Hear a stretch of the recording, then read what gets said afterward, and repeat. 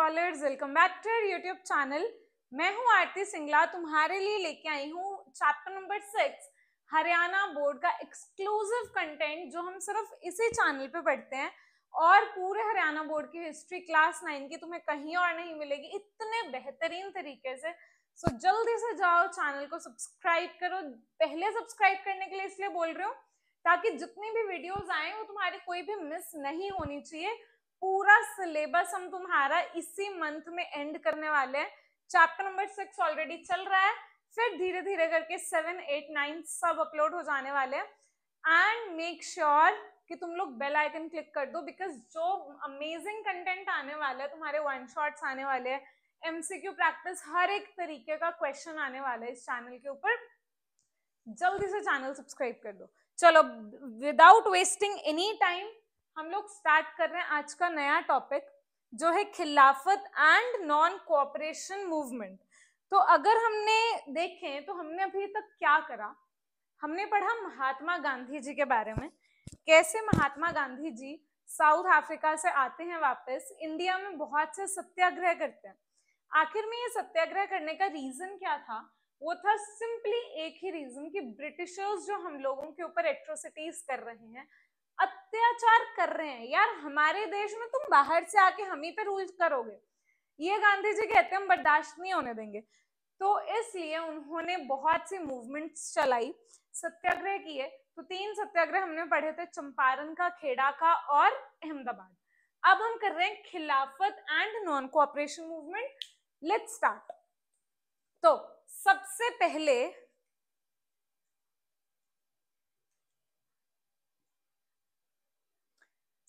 पहले let's see खिलाफत movement थी क्या। तुम्हें एक छोटा सा बैकग्राउंड देती हूँ इसका। अब हुआ क्या था, वर्ल्ड वॉर 1 होती है, ठीक है, 1914 में ये स्टार्ट हो जाते हैं। अब उस वॉर में बहुत सी कंट्रीज थी। अब उन्हीं कंट्रीज में कंट्री थी टर्की, जिसका जो ऑटोमन था, जो किंग था, वो हार जाता है और उसके ऊपर अब कौन रूल करने वाला था? ब्रिटिशर्स। अब जब ब्रिटिशर्स रूल करेंगे तो हमें पता था कि भैया ब्रिटिशर्स तो बहुत ही एक्सप्लॉइट करते हैं। तो ब्रिटिशर्स जब उसके ऊपर रूल करने वाले थे, किसके ऊपर? ऑटोमन ऑफ टर्की के ऊपर। ऑटोमन ऑफ टर्की को कुछ मुस्लिम्स अपना भगवान मानते थे, जिनको बोलते थे खलीफा। अब हमारे जो इंडियन मुस्लिम्स थे, उन्होंने ब्रिटिशर्स के अगेंस्ट आवाज उठानी शुरू करी कि आप हमारे जो खलीफा हैं उनको प्लीज बहुत ज्यादा अत्याचार मत करना, वो हमारे रिलीजियस गॉड हैं। तो थोड़ा सा उनकी प्रोटेक्शन के लिए हमारे जो इंडियन मुस्लिम्स थे उन्होंने आवाज उठाई। अब गांधी जी को लगा भैया ये तो मौका बन गया, और क्या चाहिए हमें? मुस्लिम्स ब्रिटिशर्स के अगेंस्ट ऑलरेडी हैं, हम हिंदूज भी हैं, तो चलो इनको क्या करते हैं, इकट्ठा करते हैं। और इससे बढ़िया मौका मिलता है बताओ? तो यही किया गांधी जी ने और इस मूवमेंट को बना दिया खिलाफत मूवमेंट। ठीक है। A few Muslims of India considered Sultan of Turkey as their Khalifa, as their religious leader. Leader बोल लो, गॉड बोल लो, बस उनके भगवान थे वो। ठीक है। तो जो सुल्तान थे टर्की के, उनको अपना रिलीजियस लीडर मानते थे। बिकॉज ऑफ दिस उनको कंप्लीट सिंपैथी थी भैया खलीफा के साथ। क्यों खलीफा के साथ सिंपैथी थी? क्योंकि वो फर्स्ट वर्ल्ड वॉर में हार जाते हैं, कौन उनके ऊपर रूल करेगा? Britishers. Movement which these Muslims initiated is called Khilafat movement. Khilafat movement to protect the Khalifa from the atrocities of the Britishers. अब देखो एम क्या था इस मूवमेंट का, ठीक है, हेडिंग्स के हेल्प से पढ़ेंगे, थोड़ा इजी बनेगा तुम्हारे लिए। भैया मूवमेंट का रीजन क्या था? To put enough pressure on the British government. हमें जो हमारी ब्रिटिश गवर्नमेंट है उसके ऊपर इतना प्रेशर डालना है ना, to ensure fair treatment of खलीफा ऑफ टर्की। ठीक है, ताकि जो खलीफा टर्की के हार गए हैं वर्ल्ड वॉर 1 में, उनके साथ बहुत ज्यादा जाती ना हो, उनको एक फेयर ट्रीटमेंट मिले। अब इसके लीडर्स कौन थे? खिलाफत मूवमेंट के लीडर्स थे बच्चे शौकत अली, मोहम्मद अली, जिनको हम अली ब्रदर्स बोलते हैं, ये मेनली ये दोनों थे। और उनके साथ साथ थे अबुल कलाम आजाद एंड हकीम अजमल खान। ये 4 लीडर्स थे तुम्हारे मेनली जो खिलाफत मूवमेंट को लीड कर रहे थे। दे ऑर्गेनाइज्ड इन ऑल इंडिया खिलाफत कॉन्फ्रेंस नवंबर 24, 1919 को। ठीक है। नवंबर 24 को इन्होंने एक कॉन्फ्रेंस ऑर्गेनाइज की। अब यहाँ पे महात्मा गांधी जी का क्या रोल था, अब तुम्हें इतना तो समझ में आया खिलाफत मूवमेंट क्या थी। आई होप तुम्हें ये समझ में आ गया। अब देखो महात्मा गांधी जी का क्या था, ही प्रिजाइडेड ओवर दिस कॉन्फ्रेंस। ये जो कॉन्फ्रेंस होती है ऑल इंडिया खिलाफत कॉन्फ्रेंस नवंबर 24 को होती है, जो गांधी जी इसको लीड करते हैं, प्रिजाइड करते हैं, मतलब इस मीटिंग को हेड करते हैं मीटिंग को। And advised non violence and non cooperation against the government. इन्होंने बोला कि भैया हम ना लड़ाई तो नहीं करेंगे, देखो वायलेंस तो हो ही नहीं सकती क्योंकि गांधी जी के विचार थे ये। फिर इन्होंने बोला कि नॉन कोऑपरेट करते हैं ब्रिटिशर्स के साथ। ब्रिटिशर्स हमें बोलेंगे उठने को, हम बैठ जाएंगे, ब्रिटिशर्स बोलेंगे हंसने को, हम दुखी हो जाएंगे। मतलब जो जो ब्रिटिशर्स बोल रहे हो उसको उल्टा करो, नॉन कोऑपरेट करो ब्रिटिशर्स के साथ। दो काम इन्होंने बोले, नॉन वायलेंस नहीं करनी, नॉन कोऑपरेशन देनी है गवर्नमेंट को। He also ordered the Hindus to support the Muslims of India with their mind, body and wealth. समझ में आया? लगा नहीं यहाँ पे प्लान? मुस्लिम्स दुखी हैं, दुश्मन का दुश्मन दोस्त, ठीक है। ब्रिटिशर्स हमारे दुश्मन है, अब उनका दुश्मन बन रहे हैं मुस्लिम्स, हम भी ब्रिटिशर्स के दुश्मन है, वो मुस्लिम्स भी ब्रिटिशर्स के दुश्मन है। चलो मुस्लिम्स के साथ जाके यूनिटी क्रिएट करते हैं। तो यहाँ पे हमारी बन जाती है हिंदू मुस्लिम यूनिटी को प्रमोट करने के लिए गांधी जी ने खिलाफत मूवमेंट को सपोर्ट भी किया और हिंदूज को बोला भैया जाके उनकी सपोर्ट करो, ठीक है। अगस्त 31, 1920, नवंबर 24 को तो इन्होंने 1919 में कॉन्फ्रेंस लॉन्च करी। उसके बाद 1920 के 31 अगस्त को नॉन कोऑपरेशन मूवमेंट स्टार्ट हो जाती है, जैसे इन्होंने डिसाइड किया था खिलाफत मूवमेंट में। ये हैं दोनों अली ब्रदर्स, मोहम्मद अली एंड शौकत अली। अब देखो इस मूवमेंट का जो एक इम्पैक्ट था ना वो कुछ लोगों के ऊपर आया, मोपलास के ऊपर basically. The rise of communalism by Khilafat movement.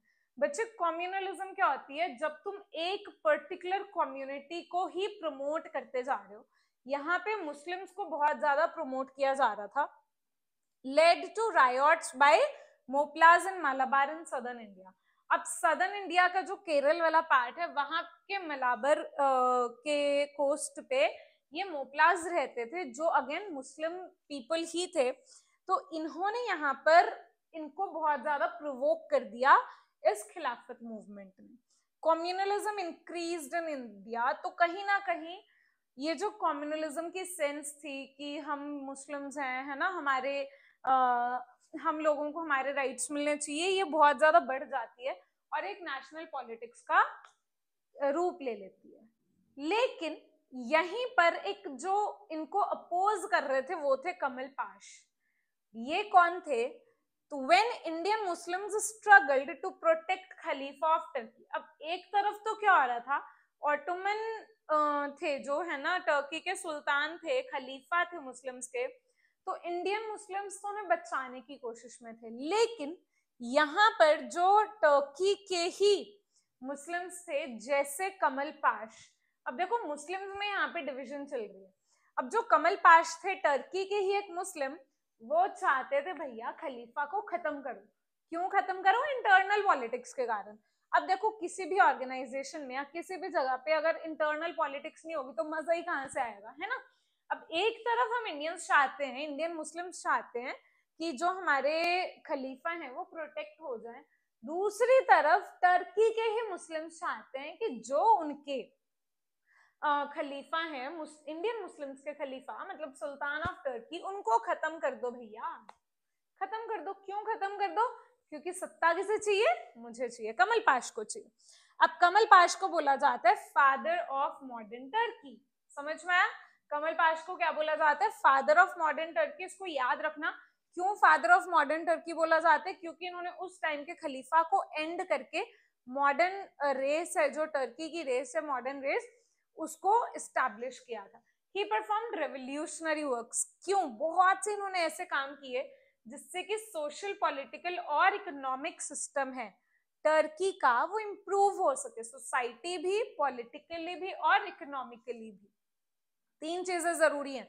जिस सोसाइटी में तुम रह रहे हो, ठीक है, वहां पे कैसी गवर्नमेंट है और क्या तुम्हारा इकोनॉमिक स्टेटस है, तीनों को इंप्रूव करने के लिए इन्होंने क्या किया? काम किया। और जो हमारा इंपीरियलिस्ट रूल था या खलीफा का एक सिस्टम था, खलीफा का रूल था, उसको खत्म कर दिया। With his special efforts Turkey रेस बन गई, क्या बन गई, एक मॉडर्न रेस। ये हम लोग पढ़ चुके हैं। इसीलिए मॉडर्न रेस बनाने के कारण इनको क्या बोला जाता है, फादर ऑफ मॉडर्न टर्की। क्या इन्होंने मॉडर्नाइजेशन की थी, सोशली, पॉलिटिकली और इकोनॉमिकली इन्होंने पूरे के पूरे टर्की को रिफॉर्म किया था। कमल पाश एजुकेटेड टर्की, इन्होंने टर्की को एजुकेट किया मॉडर्न वे में और बोला कि भैया हमारी टर्की एक सेक्युलर नेशन है। सेक्युलर नेशन मतलब हर एक रिलीजन को रिस्पेक्ट करती है। And not only abolished the old customs like polygamy and burqa, वहां के लोग बुर्का भी पहनते थे, सारे के सारे कंपल्शन था, और पॉलीगैमी मतलब मल्टीपल मैरिजेस, ठीक है, इनको क्या किया, एबॉलिश किया। मॉडर्निटी लेके आए ना, जो पुराने कस्टम्स थे पॉलीगैमी और बुर्का, उसको तो एबॉलिश कर दिया। साथ साथ में जितने भी इस्लामिक लॉज थे उनको रिप्लेस करके एक नया कोड लेके आए जिसमें कि सब कुछ बढ़िया बढ़िया था। कहां से लिया था वो बढ़िया बढ़िया चीजें, वो ली थी स्विट्जरलैंड, जर्मनी और इटली। जहां जहां पे इनको इन कंट्रीज की जो चीजें थी वो बढ़िया लगी, वहां वहां से इन्होंने कुछ कुछ आइडियाज उठाए और अपने एक नए कॉन्स्टिट्यूशन में डाल दिए। ठीक है, अब टर्की की बात तो हो गई भैया, खिलाफत मूवमेंट की बात भी होगी। अब देखते हैं नॉन कोऑपरेशन मूवमेंट क्या थी। नॉन कोऑपरेशन मूवमेंट एक ऐसी पॉलिसी थी जो कांग्रेस पिछले 35 साल से चला रही है, ठीक है, 1885 से लेके 1920 तक नॉन कोऑपरेट ही कर रहे थे ये लोग। अब कुछ कुछ इवेंट्स हुए पूरे इंडिया में जिन्होंने हमें बोला कि भैया नॉन कोऑपरेशन मूवमेंट असल में दिखानी पड़ेगी। Betrayal by British government after world war one. World war one में हमें बोला कुछ, हमने उनकी मदद कर दी और उसके बाद भैया मुकर गए, धोखा दे दिया हमें, ऐसा कैसे झेल सकते हैं हम, ठीक है। बिट्रे कर दिया ब्रिटिश गवर्नमेंट ने हमें वर्ल्ड वॉर वन में, रॉलेट एक्ट लगा दिया हमारे ऊपर, फिर जलियांवाला बाग मसाकर कर दिया 1919 में, और खिलाफत मूवमेंट स्टार्ट हो गई। अब ये सारे ही रीजंस बन गए बच्चे जिसके कारण नॉन कोऑपरेशन मूवमेंट आती है। तुम्हें लगेगा मैम ये तो आसान था, लेकिन यही क्वेश्चन तुम्हें 2 मार्क्स का आ सकता है, 5 मार्क्स का भी आ सकता है। एक्सप्लेन द रीजंस और the events which caused non cooperation movement. याद रखना इन सबको, ठीक है। अब कांग्रेस के कुछ सेशंस होते हैं, कलकत्ता का सेशन होता है, अब ये स्पेशल सेशन बुलाया गया था सितंबर 1920 में। एक बात याद रखना कि जो कांग्रेस है ना बच्चे, उस टाइम पे हर साल दिसंबर में एक सेशन, एनुअल सेशन जिसको बोलते हैं, करती ही करती थी, लेकिन बीच में इनको एक स्पेशल सेशन बुलाना पड़ा 1920 में, ठीक है, सितंबर में, जहां पे गांधी जी ने बोला कि भैया हम नॉन कोऑपरेशन मूवमेंट स्टार्ट करना चाहते हैं। इनको सपोर्ट मिल गई लोगों की, ठीक है, यहां पर, लेकिन अभी पास हो गया था। नागपुर में जो एनुअल सेशन होता है 1920 में, ये डिसीजन कंफर्म हो गया कि हम लोग क्या करने जा रहे हैं, नॉन कोऑपरेशन मूवमेंट स्टार्ट करने जा रहे हैं। क्यों स्टार्ट कर रहे हैं, हर चीज का एक रीजन है, ठीक है। क्यों स्टार्ट कर रहे हैं नॉन कोऑपरेशन, ब्रिटिशर्स से छुटकारा चाहिए भैया, निकाल लो ब्रिटिशर्स को हमारी कंट्री से। तो एम क्या था कि स्वराज अचीव करना है हमें, हम चाहते हैं स्वराज, स्व, मेरा राज हो, मेरी कंट्री के लोगों का राज हो। ब्रिटिशर्स इंडिया में रहे ना रहे हमें कोई फर्क नहीं पड़ता, ठीक है। जो भी ब्रिटिशर्स की अनफेयर मीन्स हैं, एक्टिविटीज हैं, या जो भी हमें वो लोग अत्याचार कर रहे हैं हम पे, उनको खत्म करना है, उनको अपोज करना है, और हिंदूज और मुस्लिम की यूनिटी को स्ट्रांग बनाना है। अब इट वॉज डिसाइडेड कि कांग्रेस जो भी करेगी बहुत ही पीसफुली करेगी, पीसफुल मीन्स को यूज करेगी अपने ऑब्जेक्टिव्स को फुलफिल करने के लिए। अब देखो कांग्रेस ने क्या किया, गवर्नमेंट जो एजुकेशनल इंस्टीट्यूशंस उनको बॉयकॉट कर दिया। अब बच्चे स्कूल पढ़ने नहीं जाएंगे तो ब्रिटिशर्स को फीस नहीं देंगे, ब्रिटिशर्स जो पढ़ा रहे हैं वो पढ़ेंगे नहीं, और हमारे जो बच्चे हैं वो इंडियन नेशनलिज्म को प्रमोट कर रहे हैं। ऑफिशियल टाइटल्स और अनपेड पोस्ट, जितने भी हमारे लोगों को ब्रिटिशर्स ने हमारे काम को सराहा था, हम लोगों के अच्छे कामों को कुछ टाइटल्स दिए थे, जैसे गांधी जी को बोला था केसरे हिंद, उन सब टाइटल्स को इन्होंने गिव अप कर दिया कि हमें ब्रिटिशर्स की तरफ से कोई प्रशंसा नहीं चाहिए। बॉयकॉट कर दिया गवर्नमेंट के कोर्ट और फेस्टिवल्स को। गवर्नमेंट के कोर्ट मतलब जो हमारे लॉयर्स से जजेस तो थे ही बहुत कम, एक आध होगा मुश्किल से, जो लॉयर्स थे उन्होंने अपनी सर्विसेज गिव अप कर दी कि हम आज के बाद कोर्ट में काम नहीं करेंगे, मतलब ब्रिटिशर्स के अंडर काम नहीं करेंगे, ब्रिटिशर्स के अंडर पढ़ेंगे नहीं, काम नहीं करेंगे। एस्टैब्लिशमेंट ऑफ पंचायत, छोटे छोटे विलेजेस में पंचायत बना ली। ब्रिटिशर्स का कपड़ा भी बॉयकॉट कर दिया, स्कूल बॉयकॉट कर दिए, सर्विसेज बॉयकॉट कर दी, कपड़ा भी बॉयकॉट कर दिया, गुड्स बॉयकॉट कर दिए। अब इन गुड्स के जगह पे अपना जो स्वदेशी गुड था वो चलाया, अपने स्वदेशी मतलब अपनी कंट्री के कपड़ा पहनना स्टार्ट कर दिया। कोर्ट को जब हमने बॉयकॉट किया तो हमने अपने न्याय के लिए पंचायत बना ली, ठीक है। No participation in election to be held according to the act of 1919। जो भी हमारे इलेक्शंस होंगे उनमें हमने बोला कि भैया हम लोग पार्टिसिपेट नहीं करेंगे जो इलेक्शंस ब्रिटिशर्स करवा रहे हैं। Refusal by soldiers, clerks and workers, कि हम किसी भी फॉरेन कंट्री में काम नहीं करेंगे जो ब्रिटिशर्स भेज रहे हैं हमें कहीं पे, और हम जो मुस्लिम यूनिटी है, हिंदू और मुस्लिम्स की यूनिटी है, उसको और बढ़िया बनाएंगे। कैसे बनाएंगे? वॉयलेंस को खत्म करके। बार बार एक ही चीज तुम्हें सुनने को मिलेगी, इतना आसान चैप्टर है ना ये। नॉन कोऑपरेशन जहां पे भी आता है मतलब कोऑपरेट नहीं कर रहे हो, तुम ब्रिटिशर्स का कपड़ा नहीं पहन रहे हो, तुम ब्रिटिशर्स के अंडर जॉब्स नहीं कर रहे हो, तुम उनके स्कूल्स नहीं जा रहे हो, बच्चों ने स्कूल जाना बंद कर दिया, टीचर्स ने रिजिग्नेशंस दे दिए, ठीक है, उनका फॉरेन क्लोथ नहीं पहनोगे, नॉन वायलेंस तो तुम करोगे ही नहीं जब तुम गांधी जी के अंडर हो भैया, ठीक है। अब देखो गांधी जी ने खुद ये नॉन कोऑपरेशन मूवमेंट थी जो स्टार्ट करी, क्या किया गांधी जी ने? अपने ऑफिशियल टाइटल्स वापस कर दिए। गांधी जी को जितने भी मेडल्स और अवार्ड्स मिले थे गवर्नमेंट ऑफ इंडिया से, इंडिया की गवर्नमेंट कौन चला रहा था उस समय पे? ब्रिटिशर्स, ठीक है। तो वर्ल्ड वॉर 1 में इनको हेल्प करने के लिए बहुत से मेडल्स और अवार्ड्स मिले थे, सब वापस कर दिए। इन्होंने जो टाइटल था केसरे हिंद का वो भी वापस कर दिया, मुझे नहीं चाहिए।